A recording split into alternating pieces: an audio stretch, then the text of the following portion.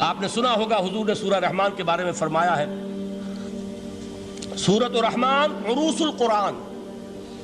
یہ سورہ رحمان جو ہے یہ قرآن کی دلہن ہے.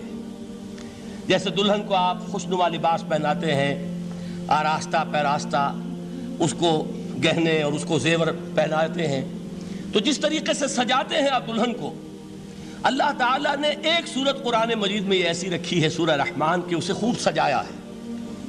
اس میں الفاظ کا در و بست، اس کا اپنا ایک ڈیوائن میوزک ہے.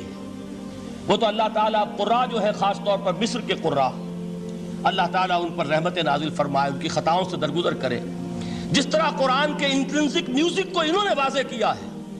واقعہ یہ ہے کہ اگر یہ لوگ نہ ہوتے، شیخ عبد الباسط محمد عبد الصمد، شیخ محمود خلیل الحصری، یہ لوگ کہ جنہوں نے قرآن کے اس غنا میوزک، یہ لفظ جو ہے آپ حیران نہ ہو کہ میں یہ کوئی شاید توہین کر رہا ہوں قرآن کی، حضور نے یہ لفظ استعمال کیا ہے. تغنو، اس قرآن کو اچھی سے اچھی خوشلہانی کے ساتھ پڑھو. من لم یتغن بالقرآن فلیس منا، جو قرآن کو بہتر سے بہتر انداز میں، اچھی سے اچھی آواز میں، خوشلہانی کے ساتھ پڑھنے کی کوشش نہیں کرتا، وہ ہم میں سے نہیں ہے. بلکہ ایک مرتبہ حضور رات کے وقت آپ گشت پر تھے اپنے ساتھیوں کے حالات معلوم کرنے کے لیے. حضرت ابو موسیٰ اشعری رضی اللہ تعالیٰ عنہ ایک صحابی ہیں، ان کے گھر کے پاس سے گزر ہوا، وہ رات کو تہجد پڑھ رہے تھے، کھڑے ہوئے کیف کے عالم میں قرآن تلاوت کر رہے ہیں. حضور کو بہت پسند آئی ان کی قرات، کافی دیر تک وہاں کھڑے سنتے رہے. اب انہیں کیا پتا کون سن رہا ہے. بالکل اسی طرح سمجھ لیجئے ایک بات یاد آئی ہے. حضور فرماتے ہیں کہ جس طرح کان لگا کر اللہ قرآن کو سنتا ہے، کسی چیز کو نہیں سنتا. ہمیں نظر نہیں آتا نا، ہمیں معلوم نہیں، ہم قرآن پڑھ رہے ہیں تو سننے والا کون ہے؟ سب سے زیادہ کان لگا کر خود اللہ. یہاں اس لیے مجھے یاد آیا کہ ابو موسیٰ اشعری کو کیا پتا تھا کہ کون سن رہا ہے. وہ اپنی کیفیت میں نماز میں تہجد میں قرآن کی تلاوت کر رہے تھے، اور ظاہر بات ہے ان کے گھر ایکڑوں میں بنے ہوئے نہیں تھے، ایک ایک کمرہ، ایک ایک کوئی حجرہ، ایسے تو گھر تھے نا صحابہ کے. لہذا حضور پاس سے گزرے، آواز آئی، کافی دیر سنتے رہے. اس کے بعد آپ تشریف لے گئے، صبح فجر میں ملاقات ہوئی تو حضور نے تحسین کے انداز میں فرمایا، یا ابا موسیٰ انک قد اوتیت مزمارا من مزامیر آل داؤد. اے ابو موسیٰ، تمہیں تو آل داؤد کے سازوں میں سے ایک ساز اللہ نے عطا فرما دیا ہے. جس طرح حضرت داؤد، لہن داؤدی مشہور ہے کہ جب وہ پچھلے پہر رات کو حمد کے ترانے الاپتے تھے، قرآن میں ہے کہ پرندے شامل ہو جاتے تھے ساتھ، اور پہاڑ وجد میں آتے تھے، پہاڑ بھی ان کے ساتھ شریک ہوتے تھے. تو جس طرح کا اللہ نے ان کو لہن عطا فرمایا تھا، حضور نے تحسین کے انداز میں فرمایا ہے ابو موسیٰ اشعری، اللہ نے تمہیں بھی آل داؤد کے سازوں میں سے ایک ساز عطا فرمایا.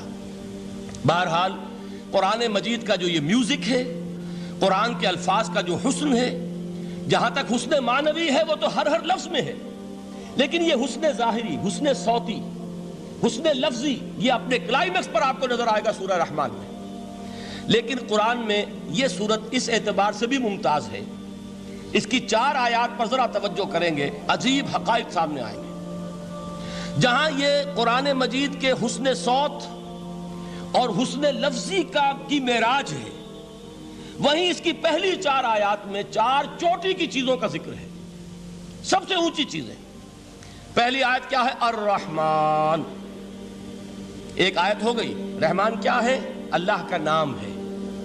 کبھی آپ نے غور کیا اللہ کے ناموں میں سب سے پیارا نام کون سا ہوگا؟ رحمان. کیوں؟ اس کا مادہ کیا ہے؟ رحمت. ہمیں سب سے بڑھ کر جس چیز کی ضرورت ہے وہ کیا ہے؟ رحمت خداوندی. نام اچھی طرح سن لیجئے اس حضور کے قول کو. حضور فرماتے کوئی شخص جنت میں مجرد اپنے عمل کی بنیاد پر داخل نہیں ہو سکے گا جب تک کہ رحمت خداوندی دستگیری نہ کرے. کسی صحابی نے بڑی ہمت اور جرأت کا ثبوت دیا کہ پوچھ لیا، کیا حضور آپ بھی؟ جب آپ نے فرمایا کوئی شخص داخل نہیں ہو سکتا جنت میں محض اپنے عمل کی بنیاد پر جب تک کہ رحمت خداوندی جو ہے وہ دستگیری نہ فرمائے. پوچھا گیا کیا آپ بھی؟ آپ نے فرمایا ہاں میں بھی. آپ انداز کیجئے کہ اگر محمد الرسول اللہ بھی رحمت خداوندی کے ضرورت مند ہوں تو تاب دیگراں چے رسد، ہماری تو سب سے بڑی ضرورت رحمت خداوندی ہے. اب یہ رحمت جو ہے قرآن مجید میں اللہ تعالیٰ کی یہ شان 2 الفاظ کے ذریعے سے آتی ہے، رحیم اور رحمان. اور کوئی مادہ نہیں ہے جس سے 2 نام بنتے ہوں اللہ کے. لیکن یہ مادہ ہے واحد رحمت کا کہ جس سے رحمان بھی ہے رحیم بھی ہے. رحیم صفت مشبہ ہے، رحمت دائم ہو جائے گی، مستقل ہوگی تو رحیم کہیں گے.